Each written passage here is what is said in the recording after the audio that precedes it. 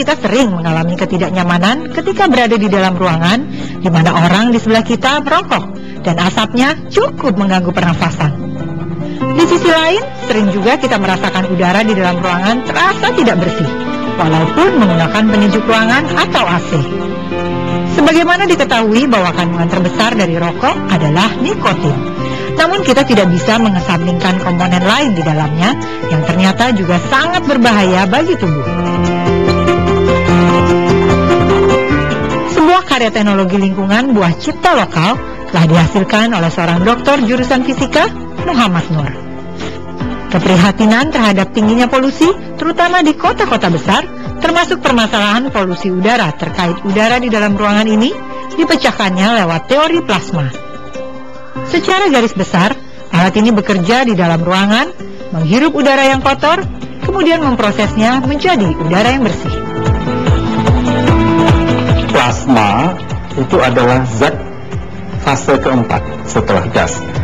Jadi bayangkan kalau kita punya sebongkah es, kita panaskan menjadi air, kemudian air kita panaskan dia menjadi uap atau gas, kemudian gasnya kita hitung lagi, panaskan dengan teknologi khusus, maka jadilah dia plasma. Nah, pada kondisi plasma ini, itu akan muncul ada ion, ada radikal, ada ion positif, ada ion negatif, ada elektron. Nah, kalau kondisi plasma ini masuk asap misalkan, maka dia ubah menjadi plasma, kemudian menjadi radikal, dan itu mereka saling bereaksi menjadikan produk baru yang bukan lagi asap beracun. Nah, misalkan emisi gas buang dari knalpot itu berubah menjadi satu produk lain yang bukan lagi gas buang beracun seperti NOx, SOx, dan COx.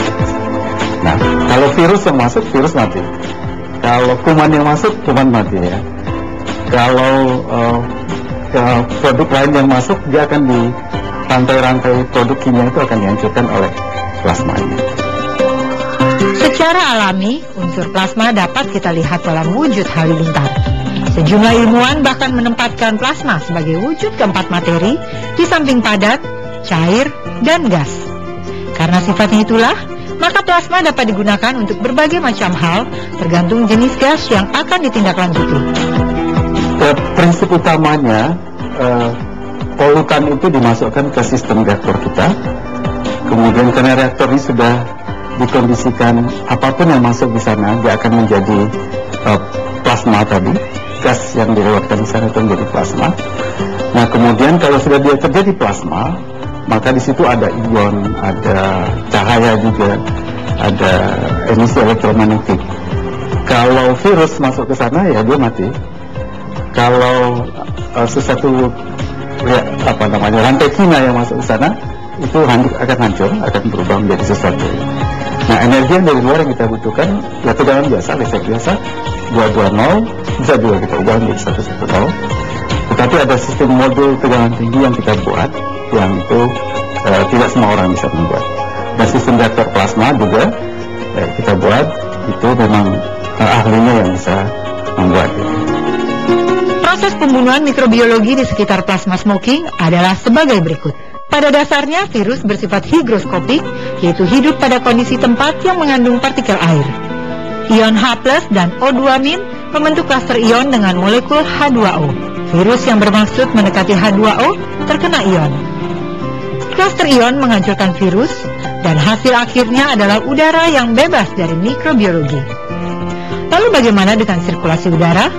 Asap rokok dihisap kipas penghisap masuk ke plasma reaktor.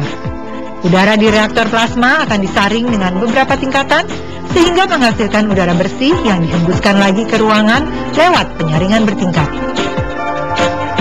Boleh kita sebut suatu kekurangan, 6 bulan sekali kita harus bersihkan, terutama bagian reaktornya, sebab tidak semua yang diubahnya itu bisa keluar langsung. Nah itu, kemudian perawatannya cuma itu, kemudian kelebihan-kelebihannya tidak menggunakan bahan kimia sama sekali. Jadi dengan demikian aman, ya pasti aman ya. Kemudian murah, jadi mungkin 60 watt ya, tidak sampai ratusan watt ya. 400 watt itu mahal sekali ya, 60 watt ya. Itu sangat murah menurut saya. Produk lokal, real produk lokal ya. Iya, produk lokal. Ya, produk lokal ya. Jadi artinya semua komponen itu adalah komponen lokal, bisa kita temukan di Indonesia. Bagaimanapun, alat ini tetap mempunyai lebih banyak poin keunggulan dibandingkan kekurangannya. Ditambah lagi instalasinya mudah dipasang, dapat dipindah sewaktu-waktu, hemat energi, dan tak mempengaruhi sistem pendingin ruangan. Upaya meminimalisasi bahaya rokok pun tercapai dan membantu menciptakan kawasan yang bebas dari asap rokok serta melindungi perokok pasif.